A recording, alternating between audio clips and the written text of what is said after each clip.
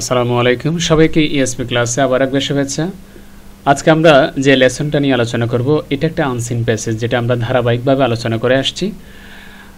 এটা মূলত এসএসসি পরীক্ষার্থী যারা আছে তারা, আর পাশাপাশি এইচএসসি যারা আছে তাদের জন্য খুব ইম্পর্টেন্ট।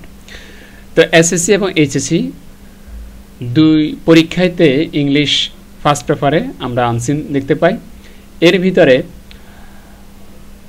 সবচেয়ে গুরুত্বপূর্ণ হচ্ছে আনসিন প্যাসেজ। অনেকে আনসিন প্যাসেজ এটা লিখতে গিয়ে একটু হিমশিম খেয়ে যান, অনেকে জানেন, অনেকে স্টুডেন্ট বিশেষ করে এসএসসি লেভেলে যারা আনসিনটা কি সেটা অনেকে জানে না। তো এখান থেকে কি কি প্রশ্ন হয়ে থাকে? প্রশ্নে 4 নাম্বার এবং 5 নাম্বার এই দুটো প্রশ্ন উত্তর করতে হয়। 4 নাম্বারে করতে হয় টেবল, আর 5 নাম্বারে করতে হয় সামারি করতে হয়। তো সামারিতে রয়েছে 10 নাম্বার আর টেবলে রয়েছে 5 নাম্বার। তো সামারিটা কিভাবে লিখতে হবে, পাশাপাশি টেবলটা এই তথ্যের আলোকে এবং সামারিটাও এই তথ্যের আলোকে আমাদেরকে লিখতে হবে। তো আমরা কিভাবে এখান থেকে 15 নাম্বার হুবহু তুলতে পারি বা বরাবর তুলতে পারি সেটাই আমাদের চেষ্টা থাকবে। আর আমি ধারাবাহিকভাবে যে সমস্ত আনসিন প্যাসেজগুলো আলোচনা করে আসছি এগুলো অত্যন্ত গুরুত্বপূর্ণ, অর্থাৎ এমন কোনো আনসিন প্যাসেজ আলোচনা করা যাচ্ছে না যে আনসিন প্যাসেজগুলো পরীক্ষার জন্য ইম্পর্টেন্ট না। যেগুলো ইম্পর্টেন্ট, যেগুলো বিভিন্ন বোর্ডে বিভিন্ন সময় আসছে, মূলত সেগুলো নিয়ে আমরা আলোচনা করে আসছি এবং অতি গুরুত্বপূর্ণ, যেটা 100% ইম্পর্টেন্ট, ঠিক আছে, 100% ইম্পর্টেন্ট যেগুলো, এগুলো আমরা আলোচনা করে আসছি। যেই কোনোটাই পরীক্ষা চলে আসতে পারে। এই 15 নম্বর নিশ্চিত করার জন্য মূলত লাইন বাই লাইন আমরা বুঝে এবং সলিউশন সহ আমরা এটা ক্লাসটা করাচ্ছি। তো আমার চ্যানেলে যারা নতুন, প্লিজ এটা বলবো সাবস্ক্রাইব দ্য চ্যানেল। আর যারা হোয়াটসঅ্যাপ গ্রুপে জয়েন হতে চাও সেটাও ইএসপি ক্লাস নামে লেখা আছে, আবার পাশাপাশি ইএসপি ক্লাস অফিসিয়াল গ্রুপ এই নামেও এফবিতে গ্রুপ আছে, সেখানেও জয়েন করতে পারো। তো যাদের পিডিএফ দরকার আছে তারাও পিডিএফটা নিতে পারো। তাহলে আমরা দেরি না করে মূল আলোচনায় চলে যাই। লাইন বাই লাইন অর্থ সহ বুঝে পড়ব, দেখবে এটা অত্যন্ত সহজ লাগবে টেবল এবং সামারিটা করতে। Okay, let's get started. The great man were born in different places of the world, but their activities make them familiar and closer to us. সবচেয়ে মহৎ কিছু ব্যক্তি রয়েছে যারা বিশ্বের বিভিন্ন জায়গায় জন্মগ্রহণ করেছেন, কিন্তু তাদের যে মহৎ কাজগুলো রয়েছে এই মহৎ কাজের কারণেই আমাদের কাছে তারা খুবই পরিচিত। তাদের মহৎ কাজের কারণে খুব কাছের হয়ে থাকবে, একমাত্র তাদের কর্মের কারণেই। মানুষ চলে গেলেও কিন্তু তাদের কর্মের কারণে মানুষের কাছে কি বেঁচে থাকে। তার ভিতরে একজন রয়েছেন doctor Mohammad Shahidullah, was one of those who contributed a lot towards Bangla language and literacy. তার ভিতরে ডক্টর মোহাম্মদ শহীদুল্লাহ ছিলেন তাদের ভিতরে একজন যারা বাংলা ভাষা এবং সাহিত্যে দুই দিকে অনেক বড় ধরনের অবদান রেখেছিলেন। He was one of the greatest scholar of Bengal of his time. তিনি ছিলেন তার সময়ের বাংলার একজন মহৎ পণ্ডিত, বিখ্যাত পণ্ডিত বলা যাবে। This great scholar was born on July 1885 at 24 Parganas in West Bengal, India. এই মহৎ ব্যক্তি, এই মহৎ পণ্ডিত 1885 সালে ইন্ডিয়ার পশ্চিমবঙ্গের 24 পরগনা জেলা জন্মগ্রহণ করেন জুলাই মাসে। He passed his entrance examination in 1904 and obtained his BA degree 6 years later. Say entrance পরীক্ষায় মানে প্রবেশিকা পরীক্ষায় পাশ করার পরে, যেটা ছিল 1904 সালে, বিএ ডিগ্রি লাভ করেন। বিএ ডিগ্রি লাভ করেন 6 বছর পরে। প্রবেশিকা পরীক্ষায় পাশ করেন 1904 সালে এবং পরবর্তীতে 6 বছর বয়স পরে উনি বিএ ডিগ্রি লাভ করেন।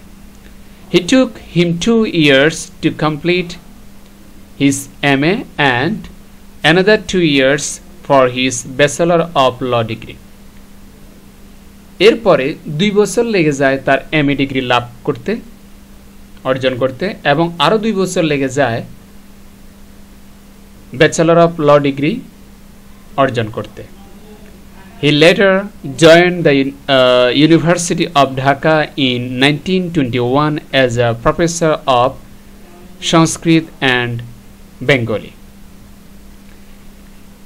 সে পরে ঢাকা ইউনিভার্সিটিতে জয়েন করেছিলেন 1921 সালে একজন সংস্কৃতি এবং বাংলার প্রফেসর হিসাবে।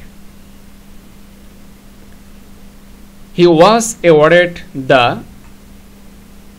doctorate degree from Sorbonne University, Paris in 1928. 1928 সালে উনি সরবন ইউনিভার্সিটি, যেটা কিনা প্যারিসে অবস্থান, ওই ইউনিভার্সিটি থেকে উনি ডক্টরেট ডিগ্রিতে উপাধি পেয়েছিলেন বা পুরস্কারে ভূষিত হয়েছেন। এরপর বাংলা সাহিত্যের কথা, the first well arranged historic of Bengali literature was composed by him. এরপর তার বাংলা সাহিত্যের প্রথম সুসজ্জিত একটা ঐতিহাসিক সাহিত্য উনি রচনা করেছিলেন, যার নাম বাংলা সাহিত্যের কথা। It was published in 1953, যেটা প্রকাশ হয়েছিল 1953 সালে। This great scholar remained busy with his work till he became seriously ill in 1967 and was confined to bed for about 2.5 years. এরপর এই মহৎ স্কলার, এই মহৎ পণ্ডিত তার এই কৃতকর্মের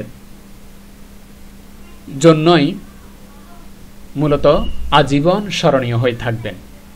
এক পর্যায়ে উনি 1967 দিকে মারাত্মকভাবে অসুস্থ হয়ে যান। পরে তিনি বিছানায় প্রায় 2 থেকে 2.5 বছর পর্যন্ত বিছানায় ছিলেন অসুস্থ অবস্থায়। Dr. Shahidullah breathed his last on July 13, 1969 in Dhaka. এরপর ডক্টর শহীদুল্লাহ 1969 সালে ঢাকাতে জুলাই মাসের 13 তারিখ শেষ নিঃশ্বাস ত্যাগ করেন।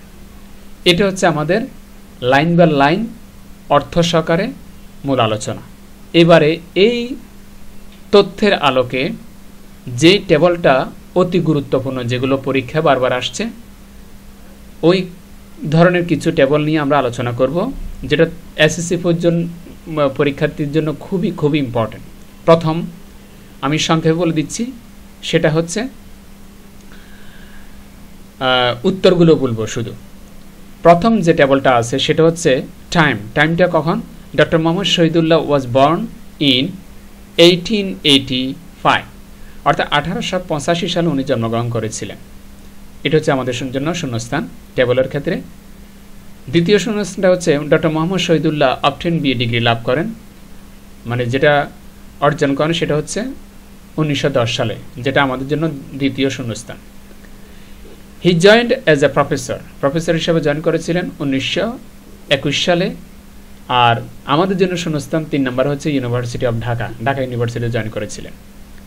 4 নম্বর হচ্ছে was awarded the doctorate degree, উনি ডক্টরেট ডিগ্রি অর্জন করেছিলেন, পুরস্কারে ভূষিত হয়েছিলেন 1928 সালে। কোথায়? সরবনি ইউনিভার্সিটি, প্যারিসে। এবং 5 নম্বর শূন্যস্থান যেটা আছে পূর্ব পাকিস্তানি আঞ্চলিক বসার আবেদন যেটা রয়েছে, এটা হচ্ছে আমাদের 5 নম্বর শূন্যস্থান, ওয়াজ পাবলিশড ইন 1953। এবং দ্বিতীয় শূন্যস্থান যেটা দ্বিতীয় টেবল যেটা রয়েছে সেটাও চট্টগ্রাম বোর্ডে কুমিল্লা বোর্ডে 23 সালে চলে আসছে। এটাও খুব ইম্পর্টেন্ট। এটার ভিতরে দ্বিতীয় টেবলটার ভিতরে প্রথম শূন্যস্থানটা রয়েছে first the entrance examination, doctor Mohammad Shahidullah যেটা প্রবেশিকা পরীক্ষায় পাশ করেছিলেন 1904 সালে। আর প্রথমটা হচ্ছে কি আমাদের জন্য শূন্যস্থান। আর দ্বিতীয় সেন্টেন্সে দ্বিতীয় শূন্যস্থান হচ্ছে university of Dhaka, he joined as professor in 1921, 1921 সালে প্রফেসর হিসেবে জয়েন করেছেন ঢাকা ইউনিভার্সিটিতে। এবং 3 নম্বর শূন্যস্থান হচ্ছে অবটেন এমএ ডিগ্রি। 4 নম্বর শূন্যস্থান হচ্ছে পূর্ব পাকিস্তান আঞ্চলিক বসার আবেদন। আর 5 নম্বর শূন্যস্থান হচ্ছে সরবনি ইউনিভার্সিটি, প্যারিস। এগুলো তোমরা বুঝতে পারছো আশা করি। সর্বশেষ সামারিটা কিভাবে লিখছি সেটা দেখো। তোমরা চাইলে এটাও লিখে দিতে পারবো যদি আসে ডক্টর মোহাম্মদ শহীদুল্লাহ সম্পর্কে। আর যদি মনে করো যে না আমরা আমাদের নিজের মতো করে লিখবো, তাও আমি যে সিস্টেমে লিখেছি এই সিস্টেমটা ফলো করে তোমরা লিখতে পারো। সামারিটা পড়ে দিচ্ছি। Doctor Mohammad Shahidullah was one of the greatest scholars of Bengal. He was born in July 1885 at 24 Farganas in West Bengal, India. He passed the entrance exam in 1904 and completed his BA, MA and law degrees. In 1921, he joined Dhaka University as a professor of Sanskrit and Bengali. He earned his doctorate from Sorbonne University, Paris in 1928. His famous book, Bangla Sahityer Kotha, was published in 1953.